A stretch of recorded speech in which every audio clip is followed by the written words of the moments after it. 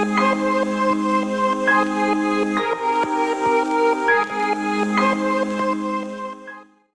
ini saya akan melanjutkan. Kalau pertama kita sudah membahas mengenai cara pandang, konsep cara pandang menjadi tim yang hebat. Kedua kita diskusi konsep supervisi. Ketiga kita diskusi konsep mengenai komunikasi. Keempat kita berdiskusi konsep mengenai respect. Kelima kita konsep organisasi. Keenam kita konsep mengenai perannya manajer itu apa. Ketujuh kita konsep insight networking penting. Nah, ke-8 ini di dalam pengetahuan manajemen untuk menjadi manajer yang hebat, jenis keterampilan dan kemampuan manajer yang coba saya akan diskusikan. Nah, teman-teman, kita sepakat dari mulai hari pertama bahwa anak buah yang hebat itu karena adanya manajer yang hebat. Manajer yang hebat itu yang membuat anak buah yang hebat. Manajer yang hebat harus memiliki keterampilan dan kemampuan kerja untuk menciptakan anak buah yang hebat. Itu adalah bagaimana konsep di dalam managerial skill. Konsep managerial skill itu adalah harus menjadi manajer yang hebat. Harus memiliki keterampilan dan kemampuan kerja untuk menciptakan anak buah yang hebat. Makanya kita baru bicara pengetahuan manajemen dari hari pertama. Bicara cara pandang, merubah cara pandang. Bicara konsep mensupervisi. Bicara konsep berkomunikasi. Bicara konsep membangun respect. Bicara konsep organisasi. Bicara konsep peran organisasi. Bicara konsep insight networking. Itu perlu kita ketahui, kita pahami. Nah, sekarang keterampilan apa yang harus dilakukan? Konsepnya seperti apa? Nah, di awal hari pertama, saya munculkan bahwa kenapa orang itu tidak sukses? Karena ada mental block syndrome. Mental block syndrome itu penyebabnya apa? Kalau setelah kita korek, kita ekstrak betul adalah ilmu. Yang penyebabnya adalah seseorang tidak punya ilmu pengetahuan. Kenapa dia gizi buruk? Karena nggak punya pengetahuan. Kenapa dia stres? Karena nggak punya ilmu pengetahuan. Karena dia kurang tidur, nggak punya ilmu pengetahuan sehingga banyak masalah. Nah, ilmu pengetahuan adalah cara yang bisa merubah cara pandang. Nah, oleh sebab itu konsepnya di dalam Ari Gunawan W adalah tahapan merubah pengetahuan menjadi kemampuan. Kalau kita bisa merubah pengetahuan menjadi kemampuan, insya Allah Anda akan menjadi manajer hebat. Kemampuan dalam Anda mengerjakan pekerjaan yang Anda tekunin sekarang ini. Dimulai dengan what? Pengetahuan. Nah, itu harus ada made to action, harus dilakukan. Jangan diterawang, jangan diangan-angan, lakukan aja. Nanti ada dua hasil. Berhasil atau tidak. Anda harus tahu kenapa itu berhasil dan kenapa tidak. Nah, keterampilan setelah Anda lakukan terus-menerus menjadi pengalaman. Sehingga Anda punya database banyak. Oh, terjadi berhasil karena apa? Tidak berhasil karena apa? Dari situ, lakukan aja, make to action. Apa yang terjadi? Anda punya kemampuan. Karena Anda sudah bisa melukis. Anda sudah bisa memotret dengan indah apa yang dinamakan sukses dan apa dinamakan gagal. Nah, proses itu dimulai dari pengetahuan, menjadi keterampilan, menjadi banyak pengalaman, dan meningkat menjadi kemampuan. Itu adalah konsepnya untuk menghilangkan yang dinamakan mental block syndrome. Nah, pada waktu Anda ingin meng-create anak buah dari tidak bisa menjadi bisa, atau mau mengusulkan sesuatu kepada atasannya atau kepada seseorang, saya berikan tip mengenai tahapan strategi menjual. Karena kalau Anda ingin menyampaikan sesuatu kepada orang lain, mengusulkan sesuatu ke orang, artinya Anda menjual ide, Anda menjual gagasan, Anda menjual sesuatu manfaat dari produk Anda yang Anda jual. Nah, ini ada tahapannya. Tahapannya itu dari tidak tahu menjadi tahu. Tahu menjadi kenal. Strategi apa yang harus dilakukan di sini? Dari tidak tahu menjadi tahu, menjadi kenal. Apa yang harus dilakukan? Silaturahmi, saling mengenal, saling membangun kepercayaan. Mengenal itu artinya siapa saya, siapa dia. Sering bertemu, akhirnya timbul belief dan trust. Timbul percaya dan dipercaya. Ini konsep pertama. Kita belum menjual sesuatu. Setelah kenal, teman-teman, setelah kenal, tentu Anda akan menawarkan ide, jasa, ataupun dia suruh mencoba. Bagaimana strateginya? Anda harus menjelaskan, karena dia silaturahmi, sudah saling mengenal, sudah percaya, Anda menjelaskan manfaat ide yang Anda usulkan. Oh, Pak John, saya itu sebutnya bertemu Bapak, Bapak sudah mengenal saya ingin mengusulkan bahwa sebetulnya di dalam konsep sekarang ini sudah banyak dilakukan dengan digitalized marketing, misalnya gitu. Jelaskan, apa yang Anda punya jelaskan, dan diminta coba.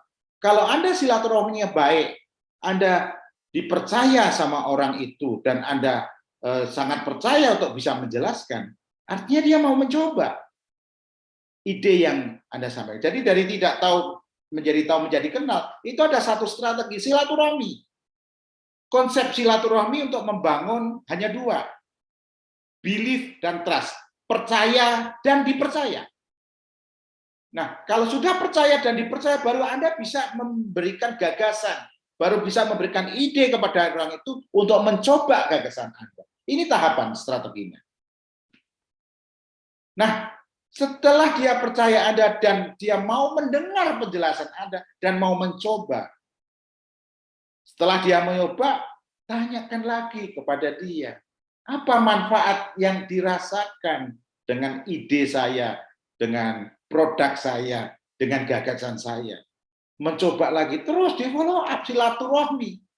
Nah, dari situ timbul kebiasaan atau habit. Ini tujuan kita di dalam menjual. Kalau sudah habit, jadikan narasumber untuk testimoni produk Anda.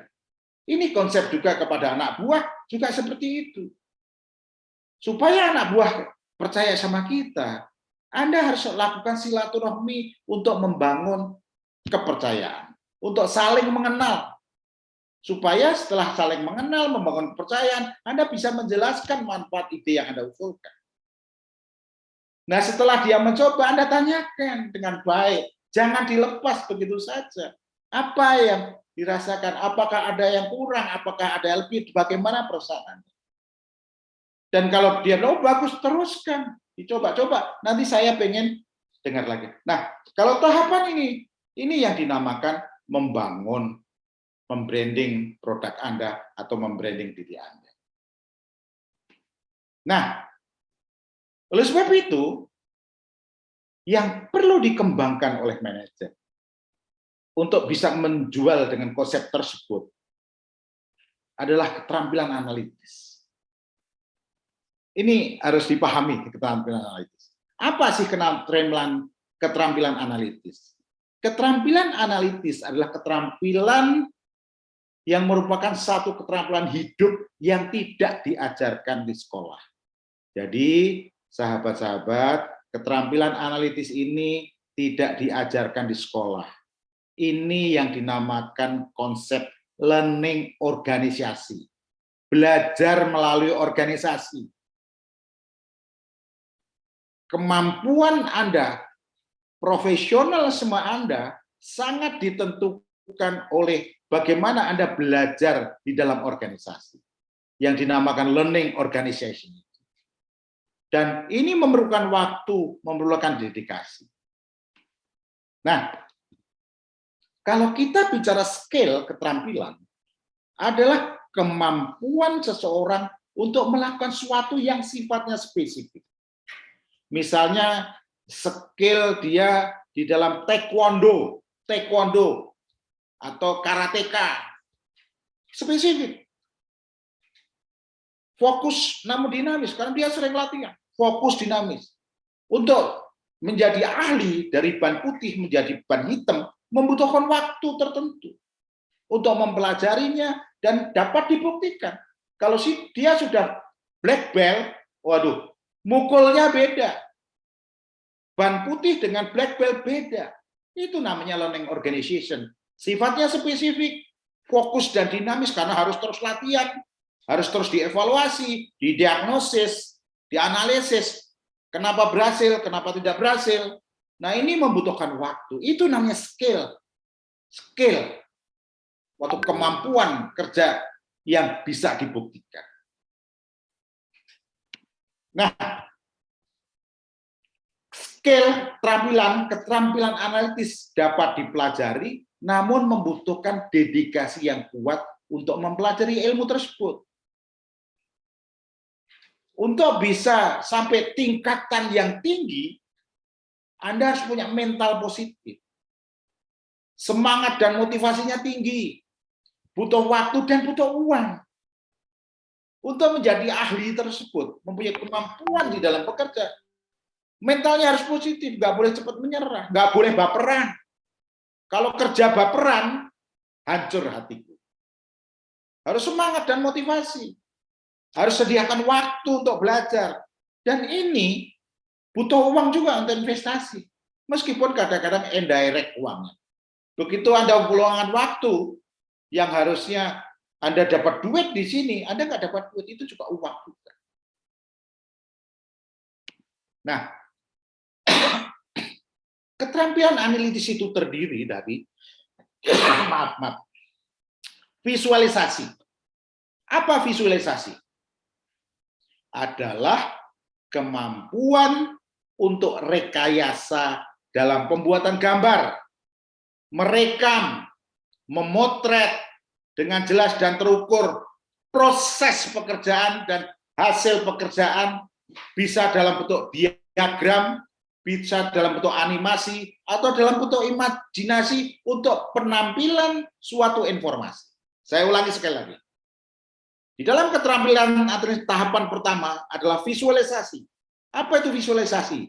Adalah kemampuan untuk rekayasa di dalam otak kita, di dalam diri kita. Pembuatan gambar rekayasa, merekam, kita memotret dengan jelas dan terukur proses tahapan-tahapan pekerjaan, proses-proses bisnis, dan hasil pekerjaan. Kenapa berhasil, kenapa gagal, dianalisa, diobservasi, didiagnosis. Bisa dalam bentuk diagram, atau animasi, atau imajinasi, untuk sebagai informasi yang masuk di dalam diri kita. Informasi yang masuk di dalam diri kita, yang kita lihat, kita potret dengan mata kita. Kita potret informasi itu, sehingga informasi masuk di dalam tubuh kita. Setelah masuk di dalam tubuh kita, tahapan kedua adalah pemikiran kritis. Pemikiran kita adalah berpikir kritis, adalah kemampuan Anda untuk membuat keputusan yang masuk akal.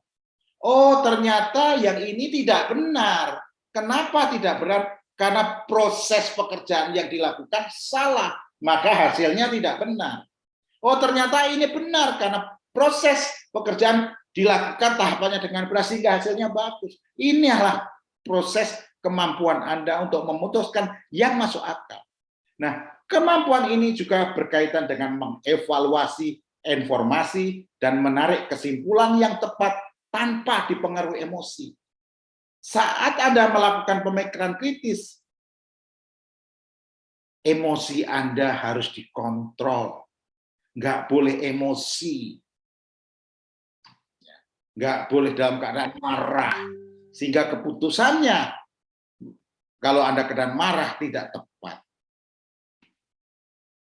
Yang ketiga adalah kemampuan mengumpulkan informasi dan memproses informasi. Ini adalah bank data yang ada di dalam disimpan di dalam memori Anda ini, di otak Anda ini. Secara refleks akan dikeluarkan jika dibutuhkan dan ada kebutuhan. Jadi, saya ulangi sekali lagi, di dalam keterampilan analitis adalah bagaimana Anda learning organization menggunakan visualisasi.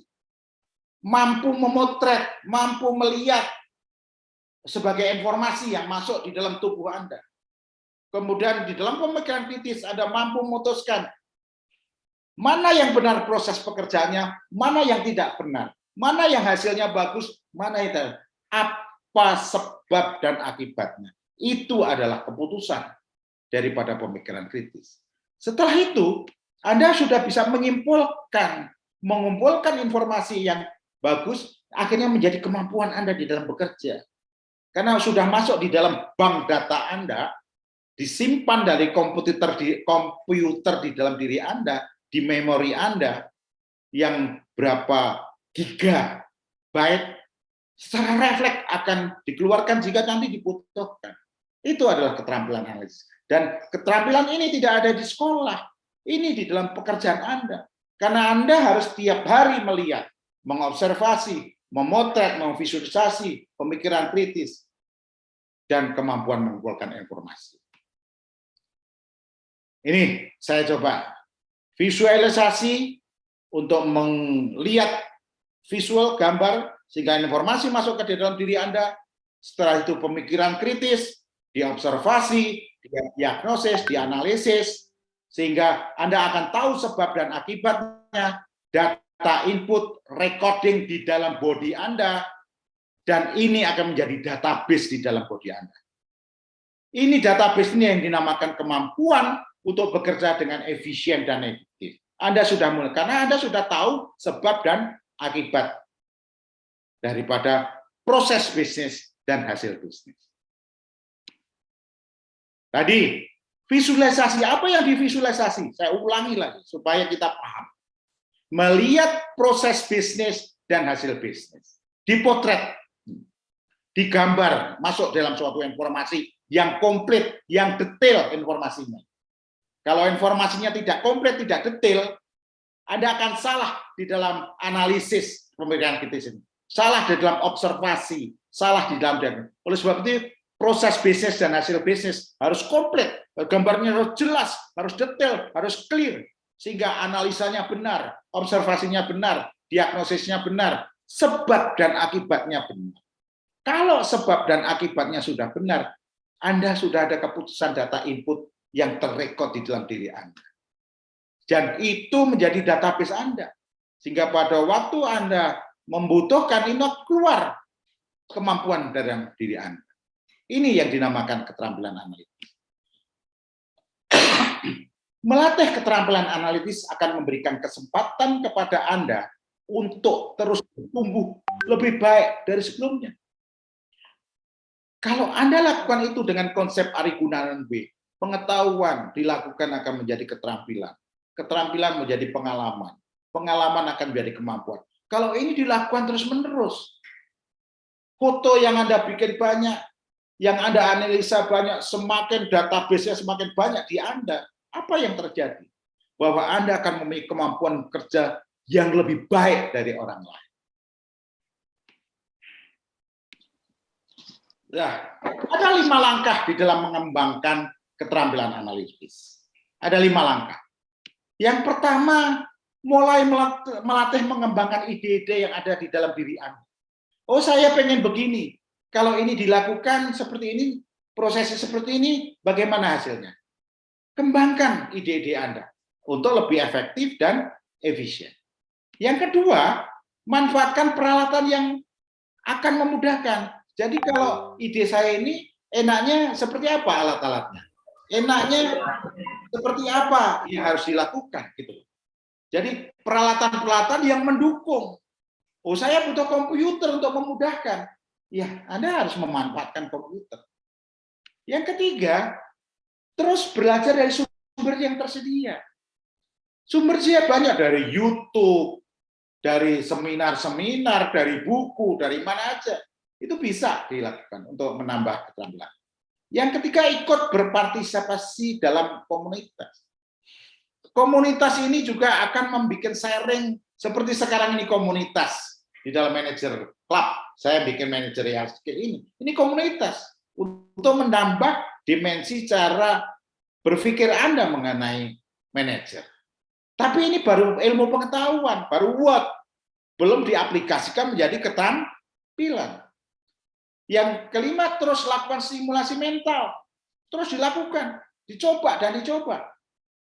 Karena nanti akhirnya perilaku anak buah itu sangat menentukan, dan kita harus paham perilaku anak buah agar tim kita bisa sukses. Jadi ada 5, mulai melatih pengembangan ide, memanfaatkan peralatan yang akan memudahkan untuk mengimplementasi ide Anda, termasuk memanfaatkan peralatan yang memudahkan, dicatat, Pak.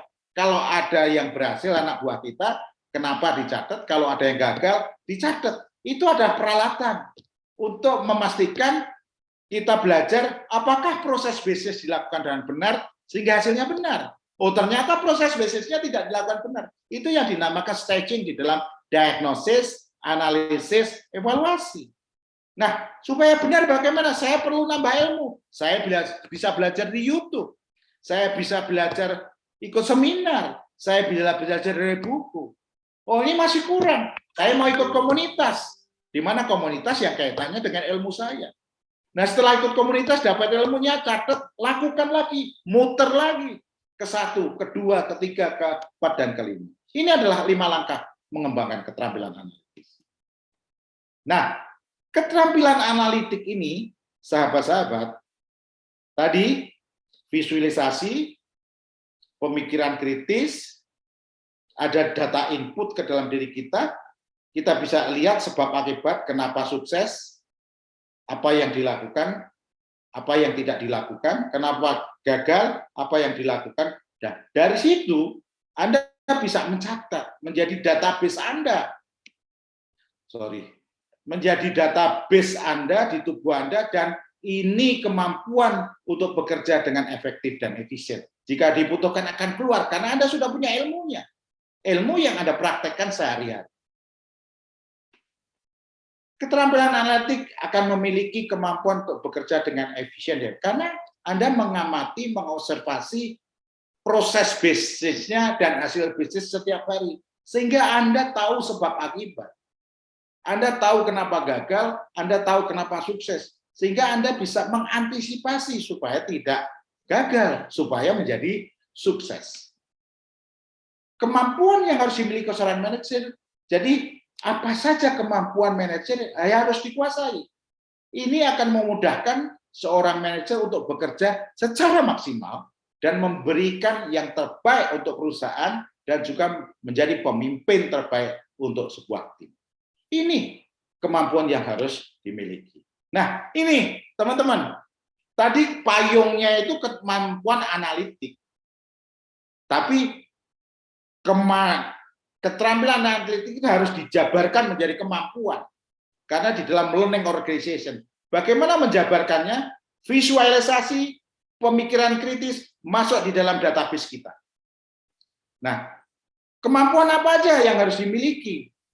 Kemampuan memberikan delegasi, observasi, lihat, pemikiran kritis, sudah betul belum? Kemampuan mengerjakan teknis, kemampuan membuat konsep pekerjaan, kemampuan menjalankan kepemimpinan, kemampuan berkomunikasi, kemampuan memberikan motivasi, kemampuan membuat keputusan, dan kemampuan membuat perencanaan. Ini sangat penting. 8 ini harus menjadi kemampuan yang seorang manajer punyai. Saya akan coba bahas nomor 1, kemampuan mendelegasikan. Strategi yang harus Anda lakukan apa? Strategi yang harus Anda lakukan apa untuk membangun kemampuan Anda mendelegasikan? Supaya tadi mempraktekkan keterampilan analitik, visualisasi, pemikiran kritis, masuk dalam database. Yang pertama, Anda harus mengetahui tingkat kemampuan setiap anak buah Anda. Harus ada di dalam diri Anda. Anda harus melakukan sharing pekerjaan dengan tepat pada orang yang tepat kemampuannya. Jangan digeneralisir. Anak ini sudah ahli di sini, kurangnya di sini. Yang kurang ini. Makanya perlu individual program untuk setiap individu. People Development Program. Membuat guideline secara jelas dan terukur. Apa goalnya, apa aktivitasnya, kapan dilakukan, di mana dilakukan, dan bagaimana melakukan. Yang keempat, melakukan training, pelatihan, mentoring, advice, dan pemotivasi. New style manager yang harus Anda lakukan. Jadi konsep kemampuan mendelegasi supaya dari tidak bisa menjadi bisa dan luar biasa, ini strategi yang harus dilakukan. Ada 4 strategi yang Anda harus lakukan. Yang kedua adalah strategi bagaimana kemampuan teknik. Strategi apa yang harus Anda lakukan? Anda harus mampu memiliki keterampilan menjual, juga diperlukan untuk peningkatan penjualan. Jual itu tidak aja jual barang, jual ide, jual jasa. Mampu merancang berbagai jenis produk dan layanan dan jasa. Kembali lagi nomor 1, mampu memiliki keterampilan menjual. Ingat konsep menjual. Jika Anda bisa menunjukkan kepada kami manfaat kegunaan dari jasa atau ide yang Anda sampaikan kepada kami, maka Anda nggak usah jualan, kami mau beli dari Anda. Artinya apa? Pada saat Anda menjual ide Anda, tonjolkan manfaat-manfaatnya, tonjolkan kegunaan-kegunaan. Sehingga Anda mampu dengan begitu merancang berbagai produk jenis yang bagus, layanan yang bagus, mampu memasarkan layanan dan produk yang bagus. Ketiga, kemampuan konseptual. Strategi apa yang harus dilakukan? Mampu melihat keseluruhan konsep di dalam operation Anda. Proses bisnisnya seperti apa, hasil yang diharapkan seperti apa. Anda harus tahu konsepnya. Dan Anda mampu menganalisis sebab akibatnya, karena Anda sudah punya keterampilan analitik. Mampu mendiagnosis masalah, mampu menemukan solusi kreatif atas tugas yang diberikan. Ini strategi yang harus dilakukan. Keempat, kemampuan kepemimpinan. Strategi yang dilakukan, mampu menunjukkan keberanian dan tanggung jawab. Itu syarat mutlak. Memiliki ketegasan dan perilaku yang baik antara perkataan dan perbuatan harus sama. Kalau perkataan dan perbuatan sama, maka semua orang akan menghargai sikap kepemimpinan Anda sebagai seorang manajer. Nah, sebagai pemimpin tidak boleh terpengaruh apapun yang bukan visi dan misi tim Anda. Jadi kalau Anda sudah tetapkan visi misi, sudah disepakati oleh tim, begitu ada orang sahabat Anda, ini rubah, jangan terpengaruh. Anda harus konsisten tanggung jawab dengan apa yang telah diputuskan. Baru dicari, kalau sudah dilakukan, kenapa berhasil, apa penyebabnya, apa sebab akibatnya, kalau gagal, apa penyebabnya, apa sebabnya. Sehingga itu menjadi proses pembelajaran di dalam kepemimpinan. Yang keempat, kemampuan komunikasi. Strategi yang harus dilakukan adalah mampu menciptakan situasi komunikasi I am okay, you are okay. Kemarin-kemarin kita telah bicarakan. Paham terlebih dahulu 100% esensi pesan komunikasi, baru bisa mendelivery esensi pesan komunikasi agar mudah dimengerti dan tidak berbelit-belit.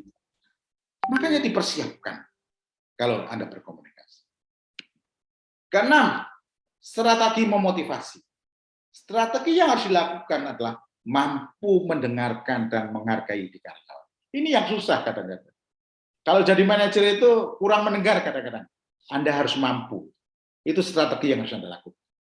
Mampu mengapresiasi sekecil apapun kinerja atau prestasi yang dihasilkan oleh anak buah. Mampu interaksi sosial dengan siapapun. Karena itu bisa mengabsorb informasi-informasi masuk di dalam diri Anda. Mampu membuat suasana kerja yang positif dan menyenangkan. Dan yang paling penting adalah mampu tidak mengkritik atau mengkoreksi anak buah di depan umum. Ini saya garis bawahi. Kalau Anda jadi bos, mampu tidak mengkritik dan mengkoreksi anak buah di depan umum. Kalau Anda mau mengkritik dan mengkoreksi anak buah, panggil di ruangan Anda. Panggil di ruangan Anda. Yang ketujuh, mampu memutuskan kemampuanmu. Untuk bisa punya kemampuan memutus, strategi yang dilakukan adalah mampu menentukan tujuan. Karena Anda tahu persis. Dan Anda mampu mengumpulkan fakta-fakta yang banyak, jangan dari satu fakta aja. Sehingga potret Anda itu lebih komplit, gambar Anda lebih bagus, lebih komplit. Dan mampu tetap terbuka untuk semua kemungkinan yang ada, usulan-usulan. Mampu membuat dampak positif dan negatif yang akan diterima. Jadi kalau Anda bikin keputusan, harus dihitung apa positifnya, apa negatifnya. Kalau saya putuskan ini, positifnya apa, negatifnya apa. Kalau ini, positifnya apa, negatifnya apa. Mampu coba ubah pandangan orang. Dengan keputusan ini Anda mampu merubah cara pandang orang. Dan dari 1, 2, 3, 4, 5, 6, 7 tadi, mampu membuat perencanaan. Strategi yang harus dilakukan, mampu menentukan tujuan. Nah ini, perencanaan itu penting. Nanti kita juga akan bicarakan di dalam skill perencanaan dan bauran kepemimpinan. Sebetulnya di sesi pertama pengetahuan manajemen sudah selesai. Saya mau masuk di sesi yang kedua, yaitu keterampilan manajemen. Nah, hari ini saya akan memulai dengan bauran manajemen. Tentu Bapak Ibu atau teman-teman, apa sih bauran manajemen? Yang ada kan bauran marketing, marketing mix. Saya coba bikin definisi sendiri. Bauran manajemen itu adalah menselaraskan sumber daya, fungsi manajemen, dan objektif. Untuk apa? Untuk membangun value anak buah dan untuk melakukan mapping analisis. 2, menselaraskan sumber daya, fungsi manajemen, dan objektif, membangun value anak buah dan melakukan mapping analisis. Nah, teman-teman kita sudah bahas dalam 2 hari lebih separuh ini, pengetahuan manajemen, apa yang akan dikerjakan dan mengapa. Masih teori. Kita sudah menjadi anggota tim yang hebat, kita sudah bicara. Konsep supervisi, konsep komunikasi, konsep membangun respect, organisasi, peran manajer, insight, dan sebagainya, dan keterampilan. Ini sebagai basic pengetahuan manajemen. Apa yang harus dilakukan untuk menjadi sukses? Anda sudah kita bekali pengetahuan manajemen. Nah, selanjutnya kita akan bicara keterampilan manajemen. Ada 2, bauran manajemen dan bauran kepemimpinan. Apa bauran manajemen yang nanti isinya? Membangun value anak buah dan mapping analisis. Dan bauran kepemimpinan, skill komunikasi dan sebagainya. Ini hari ini dan besok kita akan bicara. Nah, keterampilan manajemen adalah bauran adalah bagaimana membangun value anak buah. Aksi manajemen dengan membangun value, belief, trust, sehingga positive attitude. Nah, saya akan coba bahas lebih lanjut. Jadi gini, teman-teman, dengan membangun value, kalau Anda membangun anak buah dari tidak bisa menjadi bisa, apa yang terjadi? Dari mampu dia bekerja. Ada 2 hasilnya, belief sama trust. Artinya belief apa? Dia percaya karena punya kemampuan untuk melakukan pekerjaan. Dan Anda trust untuk memberikan pekerjaan kepada Anda. Jadi kalau Anda bangun seseorang, meng-create seseorang dari tidak bisa menjadi luar biasa, dampaknya 2. Dia percaya untuk melakukan pekerjaan, dan Anda mempunyai kepercayaan bahwa dia mampu melakukan pekerjaan. Belief dan dengan belief trust itu artinya timbul positif attitude. Attitude-nya positif. Nah, saya ulangi lagi. Apa sih pemahaman manajemen? Apa itu manajemen? Proses memutuskan cara terbaik untuk menggunakan sumber daya bisnis untuk menghasilkan barang atau menjadi layanan efisien dan efektif. Saya lebih menyoroti karyawan management dari 6 sumber ini. Karena ini 70-80% yang mempengaruhi keberhasilan Anda. Kalau mesin jelek, hari ini beli, besok datang, masalahnya selesai. Kalau material jelek, hari ini pesen, besok datang, masalahnya selesai. Metode nggak bagus, bisa beli sistemnya orang, 2 minggu lagi selesai. Pasar, kita tahu mau pasarkan selesai. Uang, pinjam bank bisa. Tapi kalau orang butuh waktu untuk membangun. Butuh waktu untuk membuat dari tidak bisa menjadi bisa. Itu rata-rata sekitar 1 tahun sampai 2 tahun. Fokus kita adalah 6M. Man, woman, machine, material, method. Faktor man dan woman ini perlu waktu untuk membangun dari belum bisa menjadi bisa. Kalau mesin, material, metode, pasar, cepat ini. Seminggu kelar ini. Tapi kalau orang, untuk dari tidak bisa menjadi sempurna, artinya mampu melakukan dengan baik, butuh waktu. Pengalaman saya rata-rata di orang lapangan, orang sales, itu 2 tahun baru dia perform dengan baik. Nah, bauran manajemen adalah sekumpulan elemen untuk mencapai hasil yang efektif dan efisien dalam proses bisnis terdiri dari sumber daya, fungsi, dan objektif. Kita selaraskan ketiga hal ini. Kita lihat bareng-bareng. Fungsi sumber daya objektif ini, sumber daya fungsi objektif, sumber daya dasar terdiri 6, man, woman, material, mesin, metode, money, market. Tapi fokus saya adalah man dan woman. Karena kalau man dan woman bagus ini, fundamental fungsinya bagus. Lakukan planning, actuating, organizing, dan controlling bagus. Sehingga hasilnya objektif. Jadi dilihat bersamaan ketiga-tiganya ini.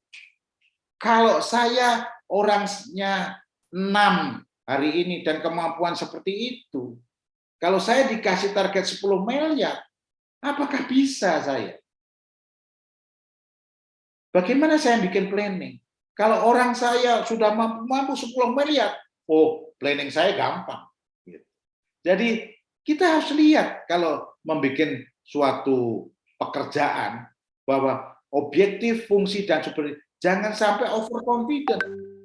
Anda dikasih target 100 miliar, tapi orang Anda tidak punya kemampuan. Sehingga planningnya, actuatingnya, organisasi berantakan. Nah, di dalam fungsi manajemen tadi, kalau dari sini ya, dari fungsi ini, Bapak-bapak lihat, Ibu-ibu lihat, fungsi ini saya coba besarkan. Fungsi ini adalah fungsi fundamental manajemen. Itu saya bagi menjadi 2. Ada yang dinamakan manajemen filosofi, ada yang menjadi manajemen proses. Ada 2. Manajemen filosofi dan manajemen proses. Tadi ada sumber. Sumbernya terdiri dari 6. Tapi saya fokus kepada orang. Nah, fungsinya saya bagi menjadi 2. Manajemen filosofi dan manajemen proses. Manajemen filosofi itu ada 3. Ada values, ada belief dan trust, ada positive attitude. Nah, kalau Anda bisa membangun value anak buah, dari tidak bisa menjadi bisa dan menjadi luar biasa kerjanya, akhirnya dia punya kepercayaan untuk bekerja. Dan Anda percaya dia melakukan pekerjaan. Artinya dia positive attitude. Nah, kalau sudah positive attitude, manajemen prosesnya gampang. Planningnya gampang, actuatingnya gampang, organisasi gampang, dan controlling gampang. Oleh sebab itu fungsi ini secara fundamental harus dikerjakan. Bangun dulu manajemen filosofi, baru manajemen proses ini akan mengalir dengan gampang. Fungsi manajemen fundamentalnya tadi adalah manajemen filosofi, value, belief, trust, positive attitude. Ini yang dinamakan intangible process. Proses yang tidak kelihatan, makanya butuh waktu agak lama, 2 tahun. 2 tahun dari tidak bisa menjadi bisa. Ini proses untuk membuat positive attitude yang belief dan trust, yang punya value. Manajemen proses yang ini, planning, actuating, organisasi, ini yang dinamakan dengan tangible process, terlihat. Mesinnya kurang bagus, kita ganti kapan. Tapi kalau orangnya tidak bisa mengerjakan, butuh waktu, butuh training, butuh pemahaman. Nah, kalau intangible proses ini bagus, insya Allah tangible progress akan bagus. Ini kemarin saya kasih contoh. Ini sistem yang kita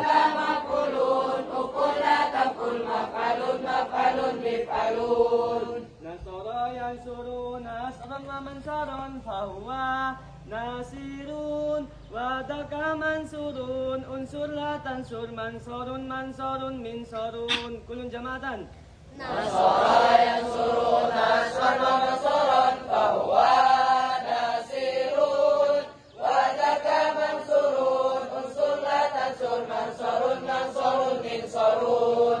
Al-Fatihah.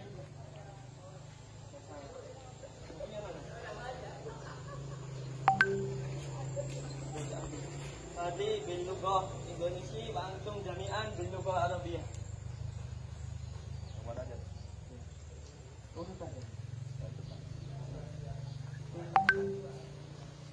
Bil maskan. Ya kamar. Kamar. Kamar. Lantai. Biladun. Lemari. Ini teman-teman, bagaimana membangun value. Seorang manajer di dalam membangun value, bagaimana meningkatkan dia supaya dia percaya bisa melakukan. Dan manajernya percaya bahwa dia bisa melakukan. Harus ada planning guide yang bagus.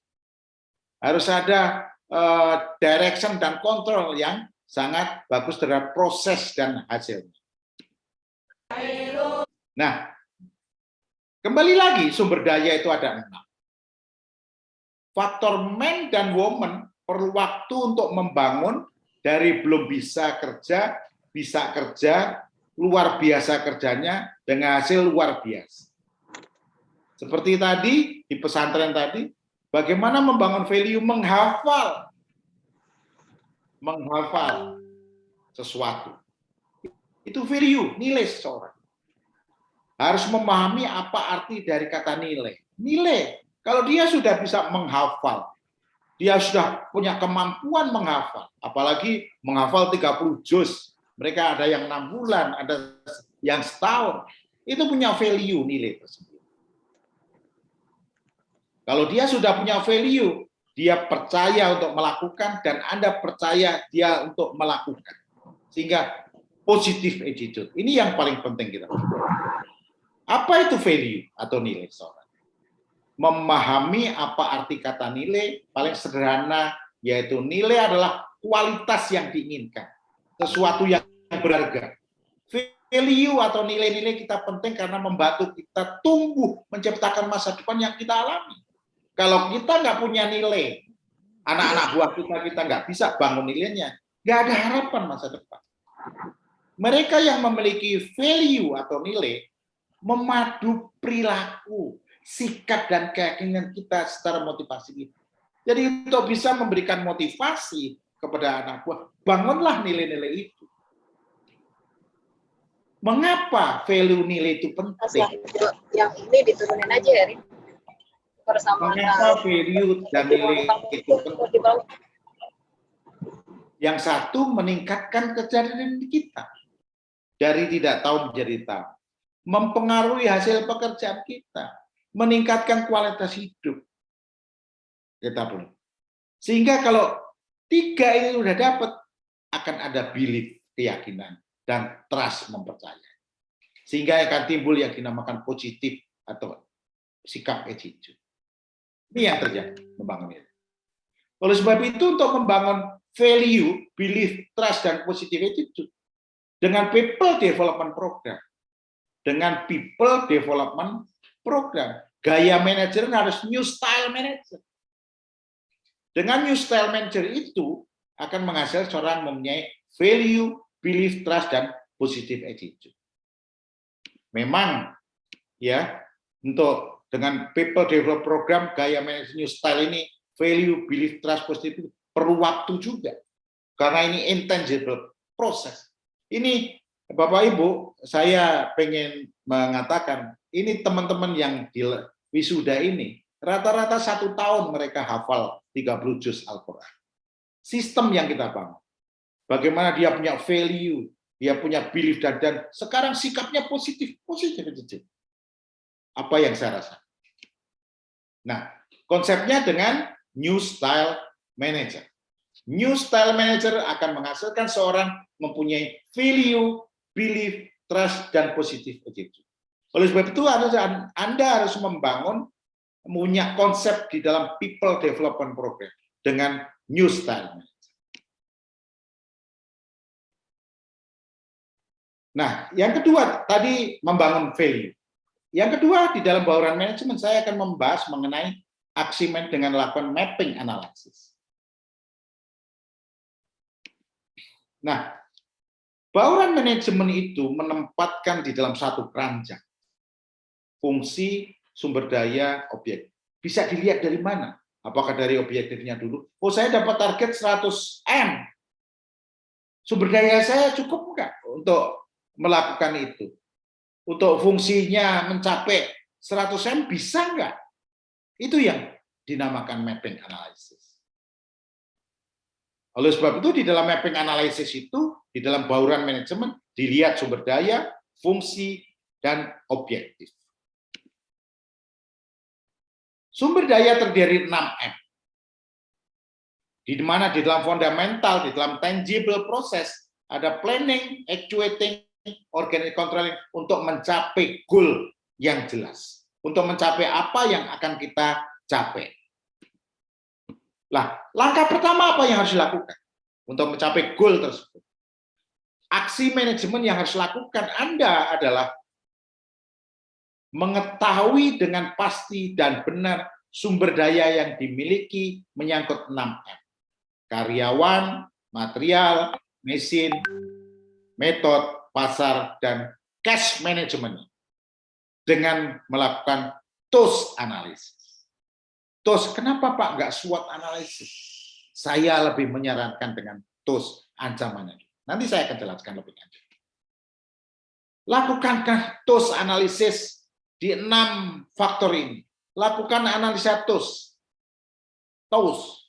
TOWS. Cari faktor ancaman yang membuat ketidakberhasilan. Ini yang pertama dilacak. Jadi kalau Anda mau melakukan aktivitas untuk mencapai objektif, nomor 1 adalah lakukanlah TOS analisis. Nomor 1 yang dilakukan, cari faktor ancaman yang membuat tidak berhasil. Jadi ancaman apa di 6M ini yang membuat tidak berhasil? Oh, ternyata target 100M ini saya nggak bisa lakukan karena mesinnya tidak bisa dalam 1 bulan mencapai 2000 unit. Ancaman berarti mesinnya perlu diperbaiki supaya mencapai.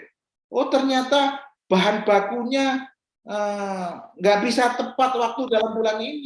Oh, itu ancaman. Oh, ternyata orang-orang saya dari 5 orang ini 2 orang yang mampu. Itu ancaman. Yang kedua, setelah cari ancamannya, cari faktor kekuatan dan kelemahan. Dan prioritaskan di dalam organisasi internal dulu, melihat ancaman dan faktor kekuatan dan kelemahan. Nah, ini saya bikinkan form, sahabat-sahabat. Sekedar menstimulasi, Anda bisa pakai form sendiri, Anda bisa buat sendiri, tetapi ini sebagai guide aja, melakukan tone sana. Dari 6 ini coba ancaman apa yang membuat gagal, ya, kelemahan, kekuatan, ancamannya apa? Lihat nih ancamannya apa, dari luar maupun dari dalam. Dari luar misalnya bahan bakunya bagaimana?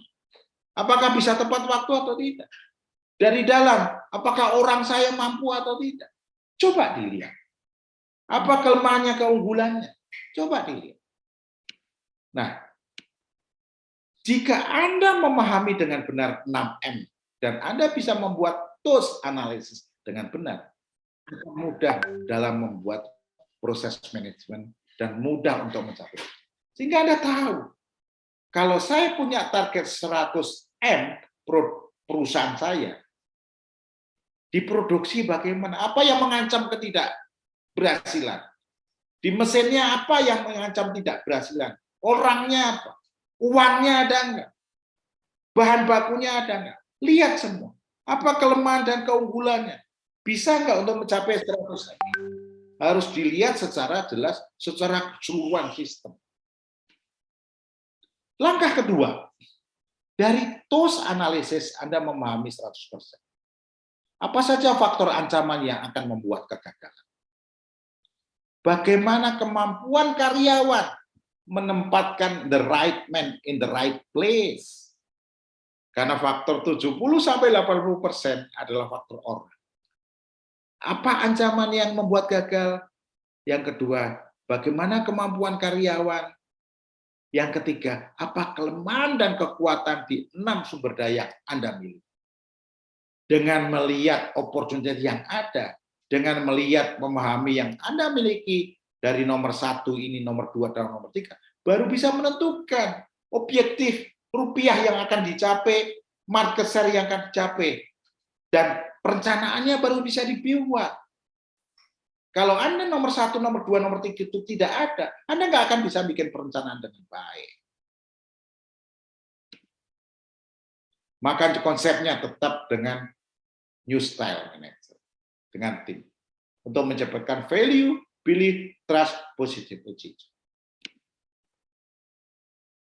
Dengan melihat basic resources ini, Anda melakukan manajemen filosofi dan manajemen proses.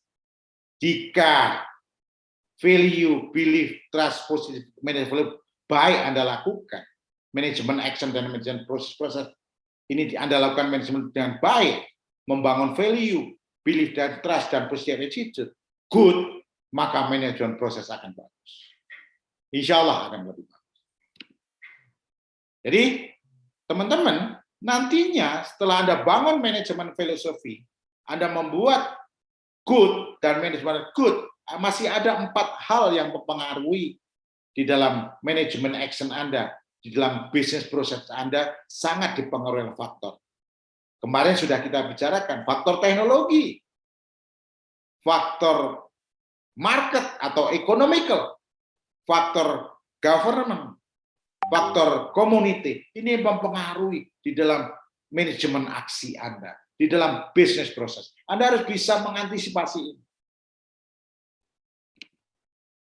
Nah, hanya dengan edukasi, pelatihan, mentoring, advisory, pemberian motivasi, dengan mempertimbangkan faktor demografi.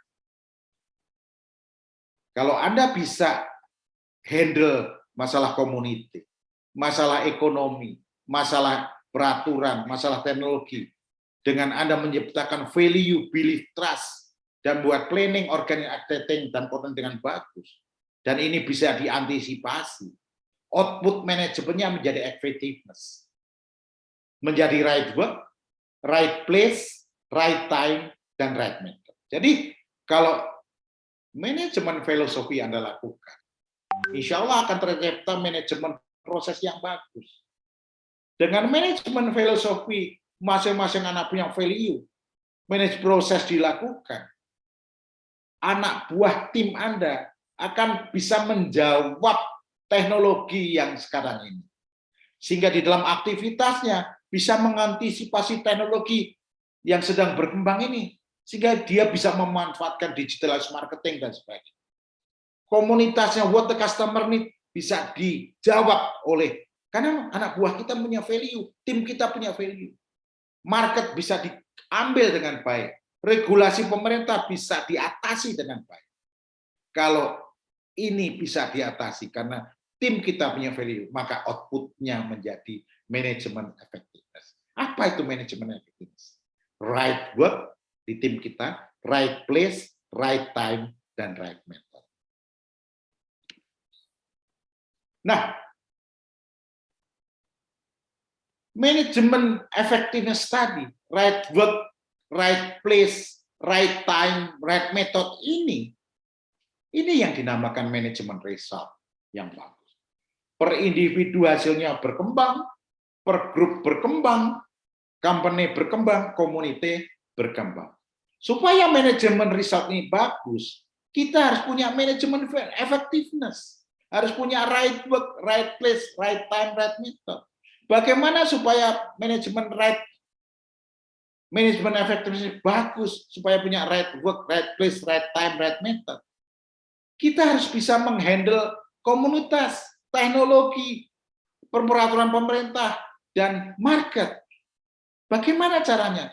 Bikin setiap individu punya value. Ada belief dan trust, positive attitude. Dan itu akan bisa membuat manajemen proses planning, organizing, actuating, control menjadi baik.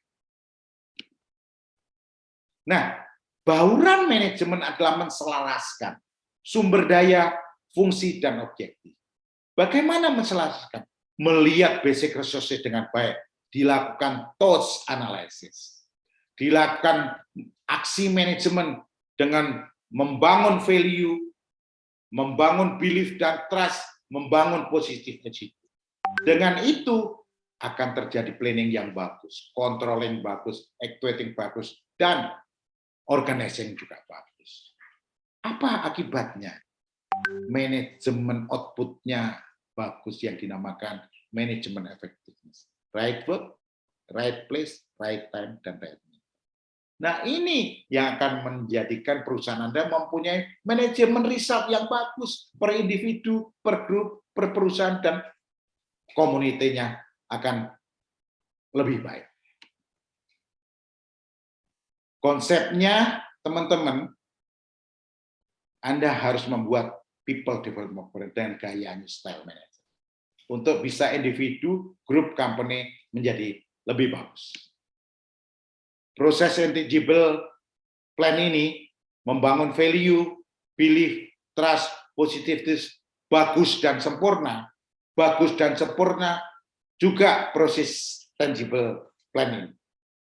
Planning, organizing, actuating, controlling. Jadi, di dalam mapping analisis ini, boleh saya katakan bahwa sumbernya adalah dari basic resources. Lakukanlah TOS analisis terhadap 6M.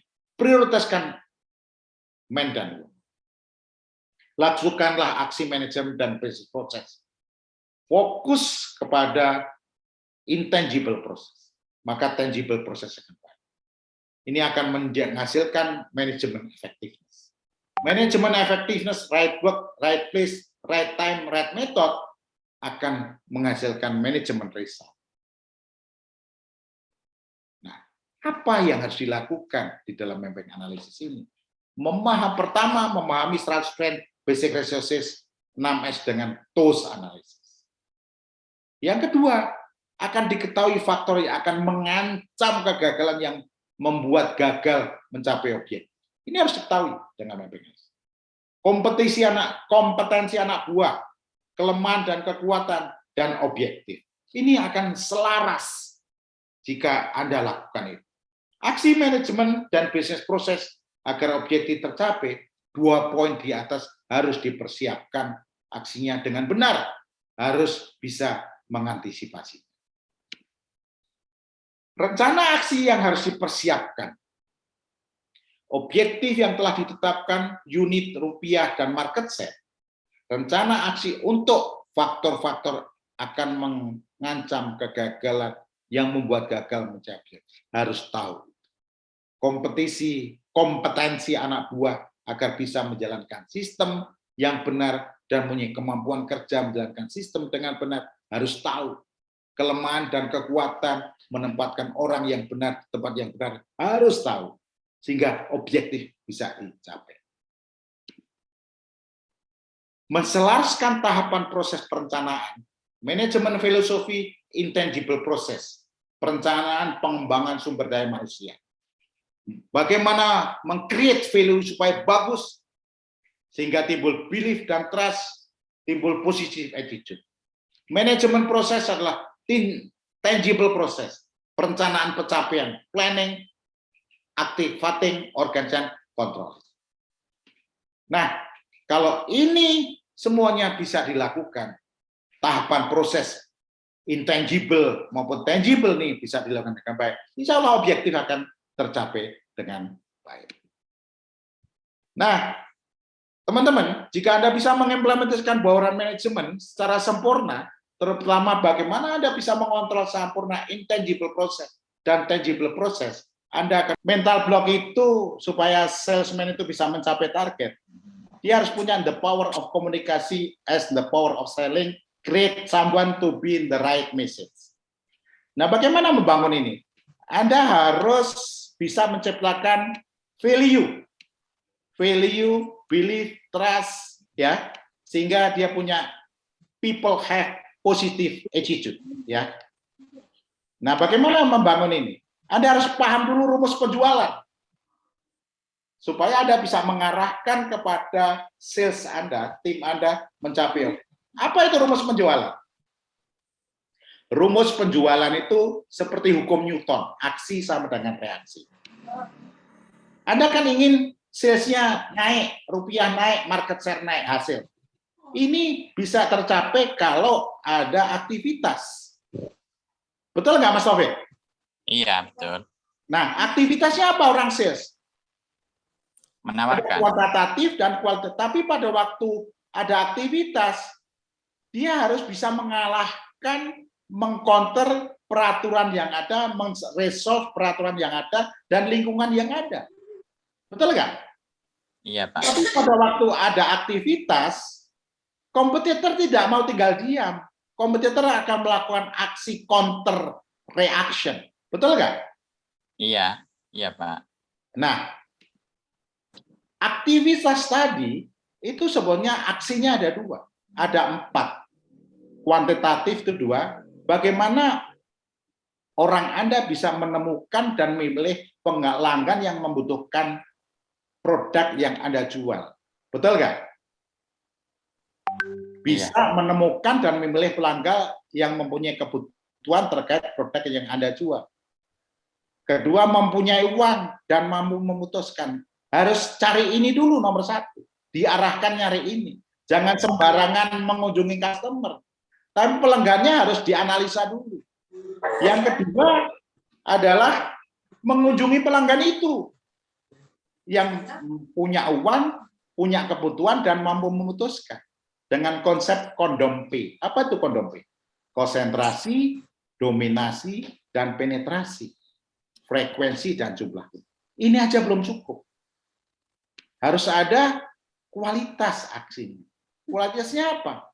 Dia sudah dikunjungi, dia sudah sesuai itu, tapi belum beli. Berarti belum yakin dengan omongannya, dengan pesannya. Makanya perlu yang dinamakan memiliki kemampuan menyampaikan pesan kepada pelanggan dengan baik dan sempurna. Kualitasnya aksinya. Oleh sebab itu perlu professional sales people. Memiliki kemampuan berkomunikasi dan penetrasi bisnis. Ini yang harus Anda ajarkan kepada mereka. Nah, pada waktu dia melakukan aksi ini, Mas Taufik, dia harus punya kualitas yang telah Anda lakukan sangat dipengaruhi oleh faktor lingkungan, peraturan yang berlaku di rumah sakit atau apotek, faktor kompetitor. Ini harus diatasi, diresolve. Tadi bahwa faktor lingkungan tadi, orang Anda harus tahu sistem pembelian dan pembayaran di situ. Approaching sistemnya harus tahu. Peraturan rumah sakit administrasi harus tahu. Supaya aktivitasnya tadi tepat. Karena ini yang mempengaruhi. Sudah dapat pelanggan bagus, bisa dikunjungi, ngomongnya pinter, profesional, tapi nggak tahu sistem pembelian. Nggak tahu sistem pendekatan kepada customer-nya. Peraturan di rumah sakit nggak tahu, gagal dia. Ini harus diketahui supaya bisa melakukan aktivitas yang tepat. Nah, yang kedua, hasil ini juga dipengaruhi oleh apa? Competitor reaction. Kompetitor tidak akan tinggal diam melakukan aksi mempertahankan atau menyerang dan merebut pasar agar aktivitas Anda tidak berhasil dan gagal dengan counter communication. Jadi kompetitor tidak akan tinggal diam, makanya harus ada counter komunikasi. Ini yang harus dilakukan. Sehingga apa? Kalau aksi tadi dilakukan dan aksi ini bisa melakukan aksi meresolve faktor lingkungan dan kompetitor dengan right communication, hasil-hasilnya akan bagus. Rupiahnya akan meningkat, market share-nya akan meningkat.